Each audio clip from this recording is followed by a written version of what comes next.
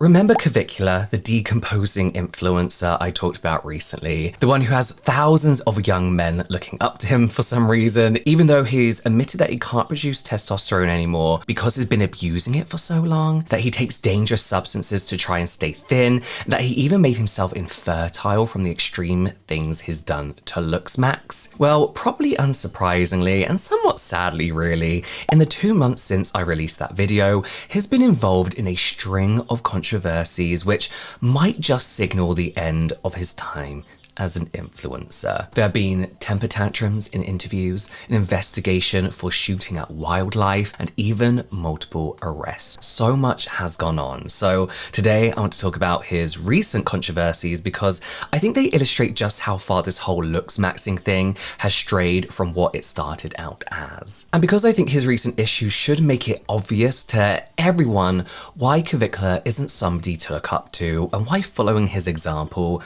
isn't a good idea, because it doesn't end well. Not for him, and probably not for anyone taking his advice. The first indication of what was to come for Clavicular actually came back in early February 2026 when he was arrested at a bar in Scottsdale, Arizona for possessing a forged instrument. A fake ID, which is the forged instrument they're talking about, as well as on suspicion of dangerous drug possession. Police reports about the incident said that the drugs they found on him were Adderall and Anavir, neither of which he had a prescription for, and they only knew to go to the bar and investigate because the genius that Clavicular is was live streaming himself going into the bar when he is well known to be under 21. The stream apparently also showed him asking other people at the bar if they had Adderall. He live streams everything. After his arrest, he was booked on 2 Class 4 felony counts, forgery involving possession and forged instrument, and dangerous drug possession for use. This meant that he could face up to 8 years in prison if convicted. And after initial court hearing where the judge ruled that there was probable cause for multiple felony charges, Clavicular was released from custody the following day. He went straight to Twitter, of course, to say that the charges were straight up political persecution. The charges for this were dropped a few days later because prosecutors said there was no reasonable likelihood of conviction. This was probably because Clavicular's attorney argued that he hadn't actually used the fake ID to get into the bar. He was invited there as a promoter, because it would be difficult to prove that he intended to use the fake ID to defraud. I mean, why else would you have a fake ID, right? But that meant that probable cause for the search that led to the police finding the drugs on him was weaker. So he managed to avoid any real consequences on this occasion. But it seems like this was just the start of Clavicular's,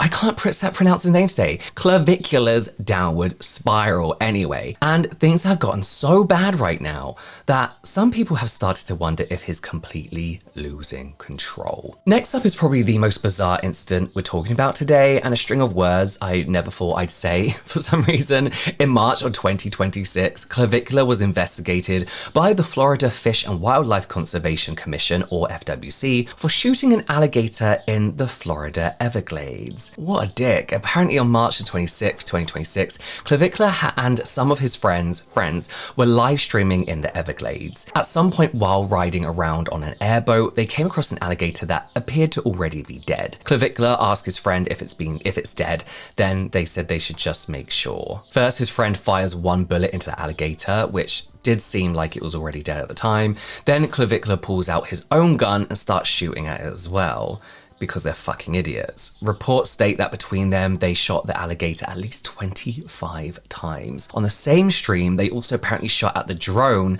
that they say was following them, which would also be a crime. The clip of him shooting the alligator quickly went viral, and it seems like a lot of people reported him to the FWC, assuming that what he'd done was illegal, which you'd hope shooting at a dead animal was still a crime, but I have seen some people saying that it's only a crime if the animal was alive. And that seems crazy to me. Just because it's already dead doesn't make it okay to shoot it a bunch of times for fun. I find that really fucking weird and really dark. Like, what kind of person do you have to be to do that? Like, obviously it's even worse when they're alive, but even a dead animal, why do you want to shoot at a dead animal? It's so weird. Probably because they're on fuckloads of drugs. I've also seen a lot of people saying that it is still a crime if the animal is dead, but it doesn't seem super clear. So I guess we'll see if anything comes of this really. What's also concerning though, is that how someone like Clavicular even has a gun? I know the rules are way more relaxed in the US than in most places when it comes to gun ownership, but this is a guy who openly talks about using meth, abusing prescription drugs that he's obtained illegally, allegedly, and who pointed a gun at a car full of random people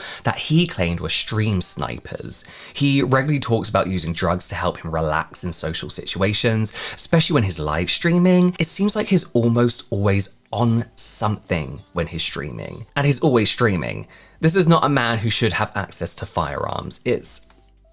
Anyway, the next day the FWC announced that they had opened an investigation into the incident and that they'd provide updates when they became available. And as far as I can tell, no further updates have been released about this incident as of yet, so it's unclear exactly what's happening, but I assume they're still investigating. But to be honest, I don't think this was Clavicular's biggest concern at the time, even if it could mean jail time, because by the time the FWC had announced their investigation, Clavicular was already in jail for something else. Later on March the 26th, the same day he filmed himself shooting the alligator, Clavicular was arrested for his alleged involvement in an attack on a 19-year-old woman. It relates to an incident that took place back near the start of February. Clavicular had apparently rented an Airbnb near Orlando as they were going to Disney World. He was there with his girlfriend and another woman influencer, as well as the other usual like yes men and hangers-oners that these streamers always seem to have around them. At some point, the two women started arguing,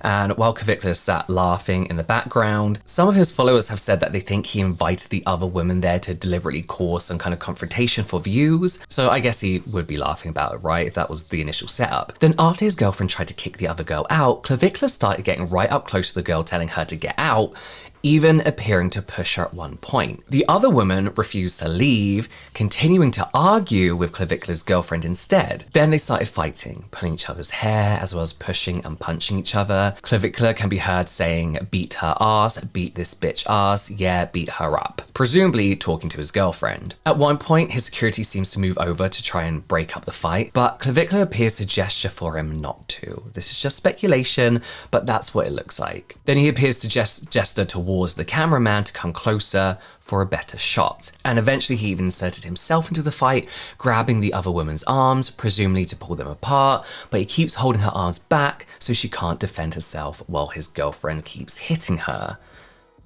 Again, all of this was live streamed and posted online afterwards in the form of clips. The sheriff's office later released a statement saying that when they arrive at the house to investigate the incident, neither Clavicular or his girlfriend would come out of the house to talk to them. But after completing their investigation, including reviewing the footage that Clavicular had posted and speaking to other witnesses, police apparently determined that Brandon Peters, that's his real name, Clavicular's real name, he looks like a Brad. They concluded that he instigated the fight and posted it on social media to exploit the two women. So police issued a warrant for his arrest on March the 9th after investigation concluded for misdemeanor battery and conspiracy to commit battery. And after his latest live streaming with the alligator, they knew exactly where to find him. So after being arrested and taken to the Broward County Jail, Clavicular spent the night in the cell before being released the next evening after his $1,000 bail was paid. As far as I can tell, a trial date hasn't been set yet, but it seems like maybe Clavicular isn't as confident about getting out this time, because in the media appearances he's done since then, he seems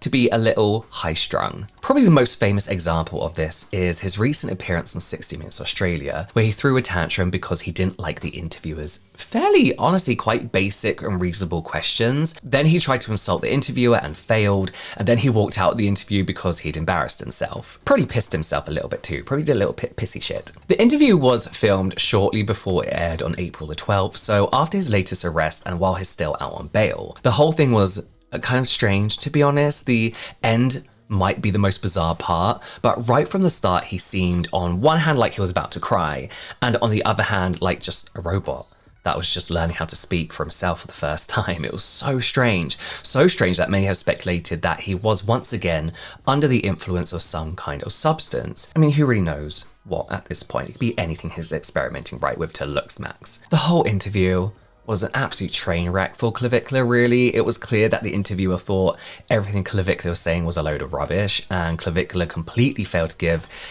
any convincing answers about anything at all. The majority of the time he bumbled out poorly put together sentences, whilst also clearly becoming more and more annoyed that someone would dare question the decisions that he makes or the things that he preaches online to kids, basically. I'm gonna go through the whole interview here because obviously that would take ages, but I really do recommend watching it if you want to see someone hold Clavicular accountable for the things that he says and who does a good job of digging into the negative impacts and effects of Clavicular's claims and looks maxing in general, and the effects that it could be having on young people and men in particular. It's an uncomfortable watch, but also good at the same time. But like I said, things really took a weird turn near the end of the interview when the interviewer asked Clavicular about the way the looks maxing community came out of the incel community online, and if he identifies with that incel community. Clavicular took offense at this question because he seems to be ashamed of looks maxing's links to incels and the fact that he used to be an incel himself. I have a whole video on incel culture. Do I? Yeah, I do. And looks maxing here, before Clavicular became as big as he is now, actually. He even tried to claim that looks maxing has nothing to do with the incel community before immediately contradicting himself and saying that it's a way to ascend, as he calls it, and that one of the goals of looks maxing would be to disassociate from being an incel and overcome that, which definitely implies that the people who are looks maxing start off in the incel community. Things got worse though when the interviewer followed up by asking about his links to controversial figures in the same sort of incel or manosphere space, giving the specific example of Andrew Tate, who Clavicular is known to associate with, and asking why he chooses to spend time with people like that. Clavicular immediately got defensive, saying, "I see you want to make this political." He seems to have a real issue with people asking him about these links, as it's not the first time he's lashed out at someone for asking about them. He likes to claim that he isn't political, but still chooses to associate himself with inherently political figures, as well as doing things like singing along to a song by Kanye West that praises Hitler, and just being openly racist. And then he throws a tantrum whenever anybody brings that up. Don't be racist on live stream. Well, don't be racist in general, but like if you're gonna do things like that, you should know that people are going to hold you accountable in interviews, especially 60 Minutes Australia. Anyway, it got even stranger from there. The interviewer said that he wasn't at all trying to make it political, even saying he knows Clavicular isn't political. But before he could explain what he was trying to get at, Clavicular decided to repeatedly interrupt him before saying, "Too bad I didn't have time to look into you. Anything about potentially, you know who your wife cheated with, but don't try and go down that line of questioning, with me, all right?" Aside from being a crazy thing to say in an interview, it's also a good example of the struggle Clavicular had with forming proper sentences throughout the whole interview. But he ended up looking pretty embarrassed when the interviewer told him he wasn't married. He then tried to suggest that if the interviewer tried looks maxing, maybe he would be married, then seemed to realize he was making a complete fool of himself and abruptly ended the interview and walked off like a big baby. A big incel baby. And unsurprisingly, comments were not kind about Clavicular's bizarre display in the interview, with a lot of them mentioning that he looked like he was on the verge of tears the entire time, as well as saying things like, "This feels like a child explaining the stupid shit they do online to their dad." "Bro should try therapy maxing," and "This felt like a parody interview." Clavicular's comment about the interviewer needing looks maxing to get a wife were particularly funny because the comment section was actually full of people saying that the interviewer, Adam Hegarty, was naturally far better looking than Clavicular, despite not being part of the looks maxing community, which seems to be kind of devastating to Clavicular's ego because it doesn't look like he has anything else going for him. The comments from the interview sum things up pretty well, saying things like, "Clav may want to consider charisma maxing for future interviews," and "So chronically online you forget how to effectively interact with people." Like I said in my last video, just being good looking isn't enough. If you have no personality, if you can't hold a conversation, if you're not funny or can't just be a decent human being who treats other people with respect, then good looking or not, nobody's going to like you. Like, what the fuck was that? That was embarrassing. That's what these looks maxers don't seem to get. They think looks are everything, and if they become more attractive, then they'll get a girlfriend. But their personalities are the real problem. It's always been the problem. Especially you incels, that's the problem. The looks maxing world is rife with sexism. It's horrific, and an extreme version of it at that, where women are thought of in the worst ways possible. And they openly say terrible things about women because they've been brainwashed to think it's true. But then they're surprised that women don't want to date them. Like, they can't fathom the idea that women don't find them attractive. What a strange world. But it does seem like more and more people are starting to realize how ridiculous figures like Clavicular and other popular looks maxers are. And Clavicular's most recent controversy seems to have made it clear to a lot of his fans that trying to emulate his lifestyle isn't a smart move, because it apparently almost killed him. On April the 14th of this year, 2026, just a couple days after the 60 Minutes interview aired, Clavicular was once again live streaming in Miami, along with two other looks maxers, one of which, Androgenic, the guy who keeps getting his wig snatched off his head, and literally the worst posture I've ever seen in my life. Early in the stream, Androgenic is filmed describing what they call a pentastack, which is an incredibly dangerous mix of drugs that I won't go into in too much detail about here, but it's crazy that these looks maxing influencers are not only promoting the use of cocktails of drugs like this, but they're filming themselves doing it. They're live streaming themselves doing drugs. Later, Clavicular can be seen taking one of the drugs in the pentastack called GHB. If you don't know what that is, it's a party drug used massively in the gay community, and it's even known as the grape drug. It's a level 1 controlled substance in the US, which is the most heavily restricted, partly because the risk of overdose is high, as the safe range of the dose is very, very small. Mixing it with other substances, which it sounds like Clavicular was doing, also drastically increases the risk of overdose. Well, Clavicular in the video appears to just drink it from an opaque bottle with no measuring beforehand, which obviously isn't very smart. Afterwards, he appears to be visibly affected by that and whatever else he'd taken that day, God knows what. He can be seen slurring his words, struggling to make basic conversation, and even struggling to stand up. After a while, he asks if they can go sit down somewhere, so they go into a nearby bar, but things really quickly escalate from there. After they'd only been in the bar for a short amount of time, Clavicular's friends finally notice that he isn't doing very well, and Androgenic asks him multiple times if he wants an Addy, referring to Adderall. He presumably thought that because Adderall is a stimulant, it would bring Clavicular out of his stupor, but in reality, it would have made the situation even worse, placing a huge amount of strain on Clavicular's heart. These massive, big-shouldered fucking idiots. Dumb as fuck. Dumb as fuck. Luckily, it doesn't seem like Clavicular did take anything else at this point, but shortly after the stream abruptly ended, he was carried out the bar by his bodyguards. Emergency services were called as it was suspected that Clavicular was overdosing, but for some reason, when they arrived, Clavicular refused to go with them, instead being taken to the hospital in a private vehicle. He was apparently in a stable condition in hospital and was released at 6 AM the next morning. The day he was released, he posted a video from his home describing the experience as brutal and complaining that the life support mask used on him at the hospital had damaged his face, saying, "Just got home, that was brutal. All the substances are just a cope trying to feel neurotypical while being in public, but obviously that isn't a real solution. The worst part of tonight was my face descending from the life support mask." He also said he'd be stopping the use of drugs, or at least trying to. He said, "I ain't gonna be doing any more substances for a little while, hopefully forever. But that means I can't really IRL stream anymore, so that's the thing, I can't really IRL stream." He added, "I think I'll have to figure something else out. I'll have to figure out a new method, either practice mogging sober or just find a new form of content. I don't know. It's done for. It's fucking done for." That's kind of the craziest thing about this whole looks maxing world. What started out as advice about fitness, grooming, and skincare has spiraled into abusing dangerous drugs, getting progressively more extreme surgeries, and obsessing over trying to optimize every tiny aspect of your appearance. And the looks maxers doing all this are looking up to someone who can't even stream without being on drugs.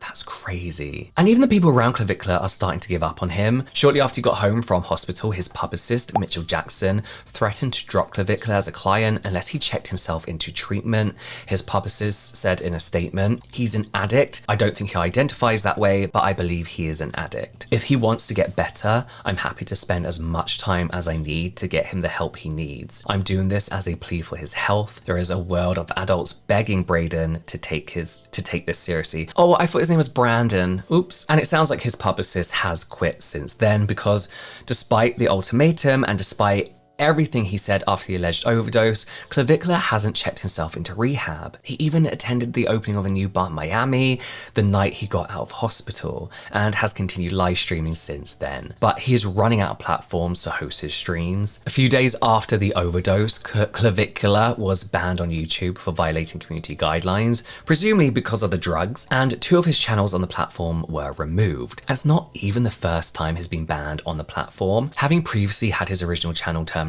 back in November of 2025 for facilitating access to illegal or regulated goods. The 2 channels that got terminated recently were new ones that he'd set up since then. Bizarrely, after the ban was announced, Clavicular tried to claim that his channels were aimed at promoting self-improvement for young men and that the removals of his channels were very sad news. He sounds a bit like Trump, no? Like the way he talks, yeah. And it got worse for him recently, with one of his latest live streams being cut short. During a Kick live stream on April the 25th, he suddenly ended the stream after apparently getting an email from Kick saying that he'd breached community guidelines. So even if he doesn't choose to stop live streaming, he might have nowhere else to do it soon.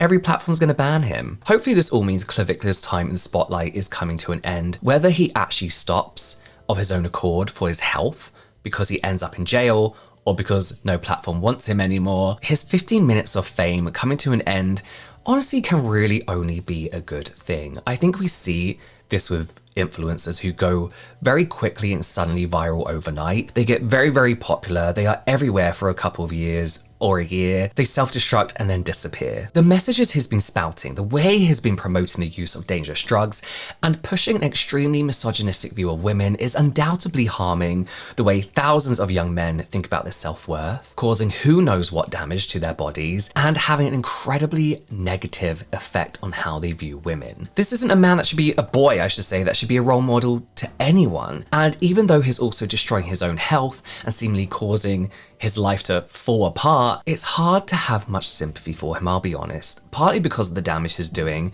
to the minds of so many of his fans, but also because he's openly a pretty horrible, shitty person. I've mentioned some of the things he's done in this video and in my previous one, including his racism and misogyny, but there's so much more that I haven't included because it would take so long, or because it isn't hugely relevant to what I've been talking about here. I try and keep it beauty related, but there are plenty of videos out there digging into his sordid past, let's say, as well as his present day actions. There are claims from people saying that they have multiple restraining orders against him, that he was involved in a bar fight a few years ago where he allegedly beat up a woman in her 50s and a man in his 60s, that he's been driving under the influence of drugs and using firearms under influence. There are even claims that he's the new Jeffrey Epstein, that he's running a brothel from a home in Florida, using OnlyFans as a front, and using predatory contracts to control young women that he lures into it. And that's just the tip of the iceberg. Out of all the people who could be influencing young men, Clavicular definitely wouldn't be my first choice. And hopefully some of his fans are seeing